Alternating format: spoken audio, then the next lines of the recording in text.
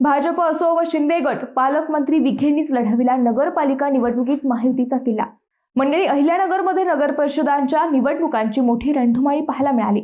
मंडळी, अहिल्यानगरमध्ये महायुतीसाठी सबकुछ विखे असे चित्र दिसून आले। महायुतीतील शिंदे गट यांची शिवसेना व अजित पवार यांची राष्ट्रवादी आपापल्या पक्षांचा प्रचार करताना दिसले, पण पालकमंत्री विखे पाटील यांनी मात्र महायुतीच्या सर्व उमेदवारांचा किल्ला लढवला।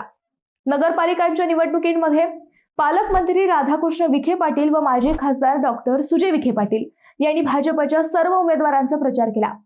शिवाय त्यांनी जेथे भाजपचा उमेदवार नाही तेथे शिवसेना शिंदे गटाचाही प्रचार केला। शिर्डी हा त्यांचा बालेकिल्ला असल्यामुळे त्यांनी शिर्डी नगर परिषदेची प्रचार मोहीम हाताळली।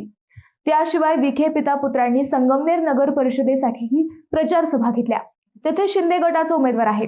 श्रीरामपूर, कोपरगाव दोन्ही ठिकाणी भाजपचा उमेदवार आहे। या दोन्ही ठिकाणी विखे पाटील यांनी निवडणुकीत लक्ष घातले आहे। रविवारी त्यांनी पाथर्डी शहरात सभा घेतली।